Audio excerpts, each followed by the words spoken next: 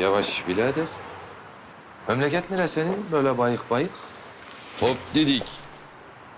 Kirliler var delikanlı. Lan ayıptır oğlum. Soframıza gelmişler, bekletiyorsunuz insanları. Gel Cihangir, gel, hoş geldin. Hoş bulduk. Ne arıyorsun Yozgatlı? Şangırı. Yakın değil mi oralar? Yani. Geç Allah'ın adamı, geç oturun. Otur Cihangir, hoş geldin. Kebap yiyelim, hoşbeş edelim. Edelim. Edelim İskender Bey. Buyurun oturun.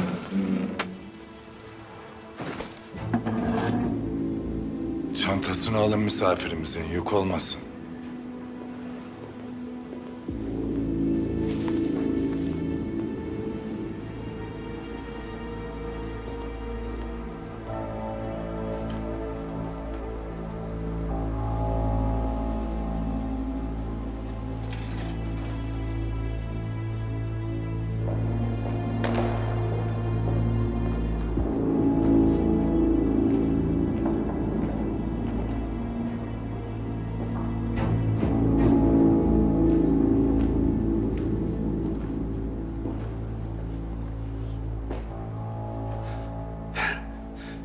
İşkembeci'den sanat galerisine. İyi akşamlar Vekil Haç Bey. Karşılaşmalar insanı geliştirir. Herkes birbirine benzese, devletler de toplumlar da küçülür.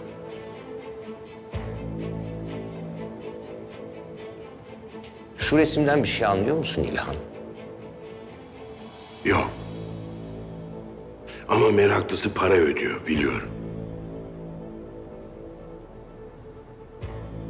Anlamadığın için kızıyor musun peki ressama? Bu resmi beğenenlere.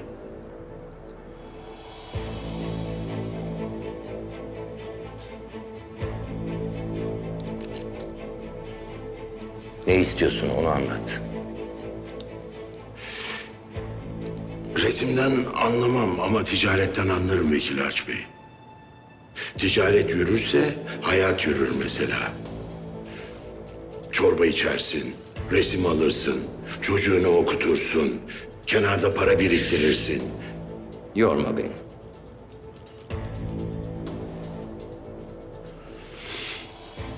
İskender üstüme geliyor. Ben bir şey duymadım.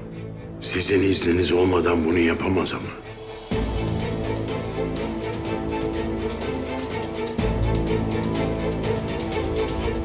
Usta, Buyurun efendim. birkaç parça pirzola atın. Tabii. Dinlenmiş antrikot da koy. Birkaç tane bonfile atarsın. Yeşil biber, kırmızı biber güzel kızartın, sarımsak. Tamam mı usta? Tamam. Abi 1 milyon var. İyi, koy bakalım şöyle. Eskiden ot sevmezdim. Cahillik işte. Etin yeri ayrı tabii. Sen şimdi bu paraları niye getirdin patronumun evladı? Kayıplar oldu İskender Bey. O çocuklar emir kulu. Ha ben kendimi savundum. Mecbur kaldım, indirdim. Ama aileleri vardır. Borçları vardır. Harçları vardır. Dedim bizim Adem'i hazırlayın bir çanta. Getirip verelim İskender Bey'e. Biz anlaşırız. Yanlış anladık deriz. Sarılırız. Kucaklaşırız. Ulan yanımızda çalışanlar olmasın.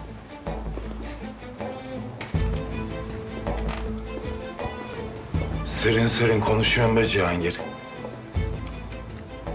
Demek bu para ölenler için ha? Güzel güzel. Biz tabii ki sarılırız, öpüşürüz, kucaklaşırız, anlaşırız. Yeter ki sıramızı, yerimizi bilelim.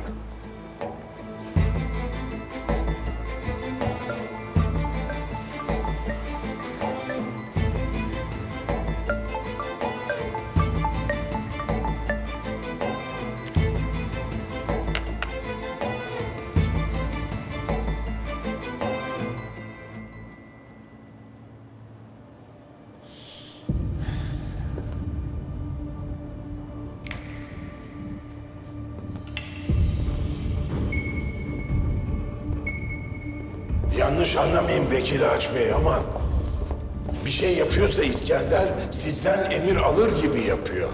Yani siz emrettiniz demiyorum.